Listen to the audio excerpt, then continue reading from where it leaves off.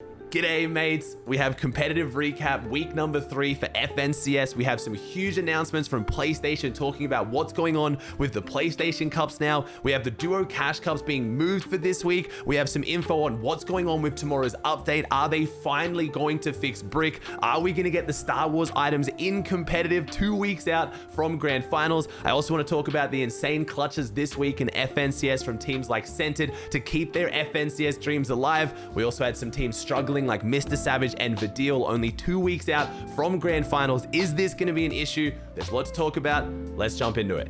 Before I get into recapping FNCS, who clutched up the qualification, Centeds' ridiculous comeback at the very end, let's talk about some tournament updates. Firstly, PlayStation Cups. A lot of people were freaking out. The PlayStation Cup didn't run last month and therefore they were going to be cancelled. We've just got an update this morning. Fortnite Competitive tweeted out, PlayStation Cup update. Here's what's new. Seasonal cups instead of monthly cups, Battle Royale and Zero Build cups, and new ways to score points. And more, stay tuned. So it looks like PlayStation Cups aren't going anywhere, but instead of running them every month, they're going to be every season. Now, that pretty much means there'll be about, there would have been about 2 to 3 every single season, so there are going to be significantly less of them. The fact they're confirming it's Battle Royale and Zero Build is going to be interesting. I don't know if it's going to go like 1 for 1, like one season's going to be Battle Royale, one's going to be Zero Build, or maybe within the season, there's going to be multiple tournaments. So there could actually end up being just as many PlayStation Cups as there were before. They're just trying to run them not as regularly. So I'm not entirely sure exactly what's going on there. I don't know why Epic and Sony make it so hard to know what's going on with console cups, whether it's the console Champions Cup or the PlayStation Cup. It just feels like they're always announced last minute and don't give anyone any time to prepare for them. But PlayStation players should still be happy. You're still going to get your own tournaments. Hopefully they don't go with solos though. Now, let's talk about what's going on with the Duo Cash Cups. In case you missed it, there is going to be a Duo Cash Cup this week. It's because the FNCS qualifiers are technically over. We're up to the Surge week now, so there's only going to be 50 teams playing on Saturday for EU and Sunday for NA, so that Fortnite moved the Duo Cash Cups from being Friday and Saturday to Thursday and Friday. So if you want to play in the Duo Cash Cups, you're going to have to play Thursday and Friday. I'm very excited they did this. Honestly, it's one of the first times in a very long time. It feels like they're moving tournaments for viewership for FNCS. Also, it would have just been weird not having Surge Week players be able to play in the Duo Cash Cup. This way, we can now use the Duo Cash Cup as a bit more of a kind of teaser coming into FNCS. All the teams who are already in Grand Finals who have to sit out this week are still going to have a bit of practice on the new meta, because we are getting a major update tomorrow. If you don't know what's going to be in that update, it looks like it's going to be the massive Star Wars update. I don't think that's going to change too much for competitive. I'm guessing they're not going to put a lot of this into competitive 2 weeks out from FNCS Grand Finals,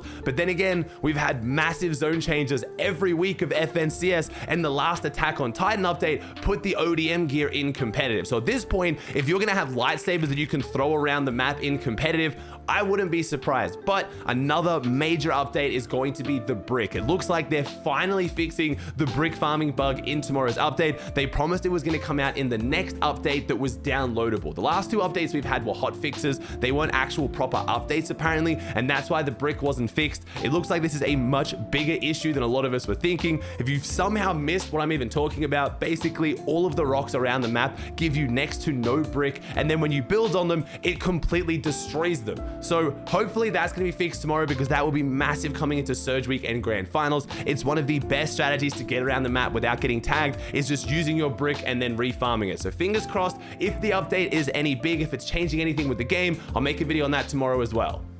Let's kick things off with NA. After Acorn and Cold won last FNCS, won week 1, and then didn't make it out of round 1 in week 2, people started to think things were a little bit up. Maybe they weren't going to be as consistent as what a lot of people hoped. Well, they're back again with another win. Acorn and Cold took home first place on 282 points, winning their last 2 games back-to-back with a 7-6 elim win. They played absolutely fantastic. They just edged out Booga and Threats in second place, who had a really great start, had a 0 elim 38th in their second last game, which pretty much cost them the tournament, got a 1 elim 5th in their last game. Still fantastic. Again, these teams that are already in Grand Finals, it really didn't matter where they placed, but still cool to see these teams trying and getting the practice in this close to the Grand Finals. We had Aiden, KBM, and Hound, a very underrated team. Aiden KBM popped up a lot on my radar last season from doing really well in the solo victory cups. Very cool seeing him and Hound on the podium in third place. We had Knifer and Bile Tyler in 4th place.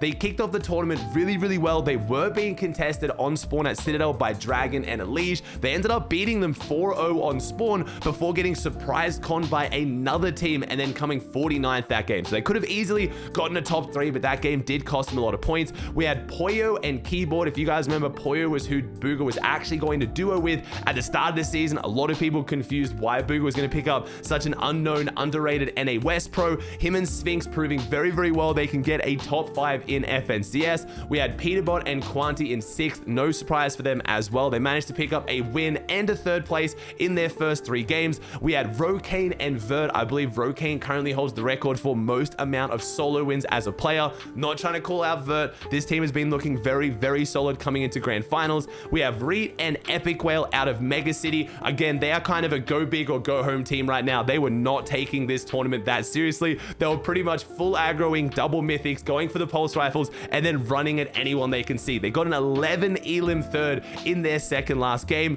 We have School and Chris coming in 9th place. Quite a few NA West teams on this leaderboard. Then we had, of course, Cented and Favs. Now, Cented and Favs needed this. They needed a top 10 to have any chance at playing Surge Week. Otherwise, Cented and Favs FNCS was over. Obviously, because Clix has been banned, Cented lost all of his series points once he found a new teammate. Favs, who was playing with Snacky, didn't make it out of round 1 the first 2 weeks, so also needed an insane performance. Coming into the last game, they were in about 19th, I'm pretty sure. They pretty much needed a top 5 with good elims, and then this happened. Kanata and Aegis pushed Cented and Favs, and everything almost crumbled. Yeah, you do.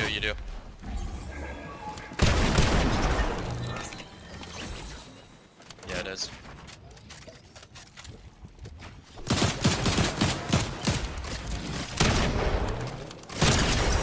Nice, bro. Nice!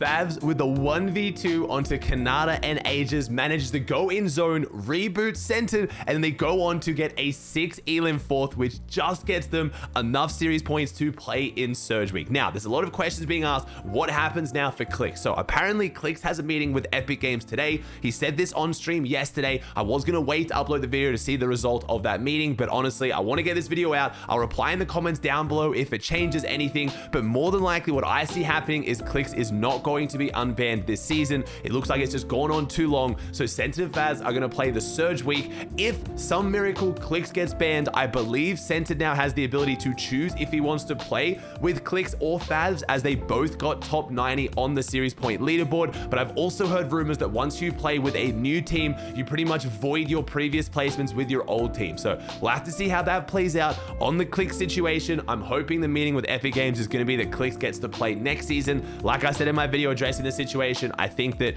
Clix knows that he messed up. He did something stupid. He had to be punished in some way. Otherwise, streamers would just start using their platforms to get friendly stream snipers. But the 2 weeks in double FNCS just seems way too harsh. So I guess we'll see what happens with that situation. But unfortunately, right now, I don't have any updates.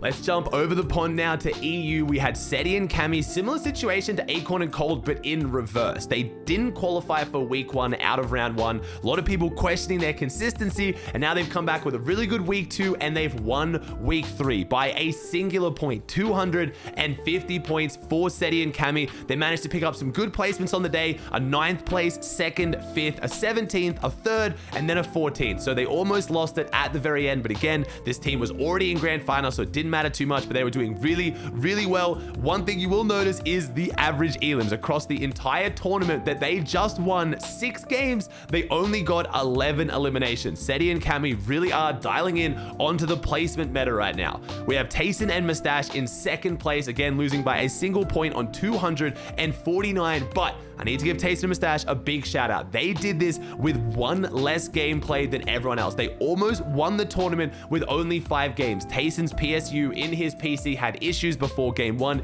He wasn't able to queue up. He was considering not playing the tournament at all because he was already in grand finals, but there is a rule that you need to at least queue up for 1 game to get the series points for that week. If Tayson did not play any games in the finals, they would have had to play Surge Week and would have given up all of their points in week 3. There was a little back and forward beef between Mustache and Tayson on the timelines, spilling over into different viewing party streams. It was getting a bit interesting, but they pulled it together, they queued up, and they managed to almost win it with only 5 games played. Then we had Asa and Slove in 3rd place. We had Gripe and Flixie in 4th, Golden Anchor in 5th, Trulex and Chicho in 6th. We had Queasy and Veno down in 7th. A lot of people surprised by this one. Bit of a weird situation for them. They were going from being uncon, trying to alpha loot around them. I don't think they were taking the tournament incredibly seriously. We had Veno tweeting out that right now he is even bored of playing Fortnite when he's doing well. I'm guessing that's because he's already qualified. The tournament doesn't matter. I would really love to see money go back into the qualifying weeks for this reason, because when you get to the last week, there's some huge pop-offs that are needed from teams like Cented and Favs, but teams that are already qualified, it feels like they're just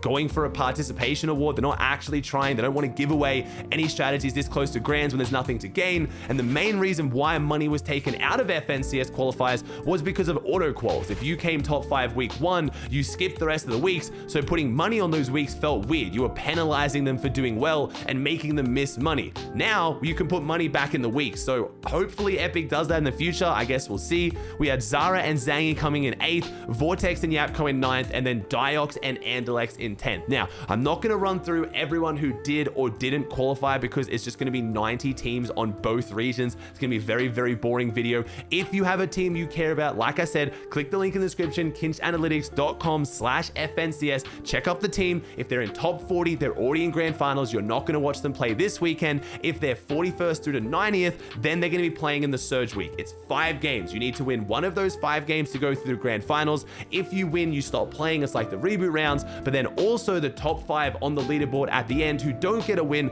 also go through to grands. It's honestly one of my favorite tournaments to watch. I will be doing a massive viewing party for it on my Twitch. It's going to be an exciting weekend.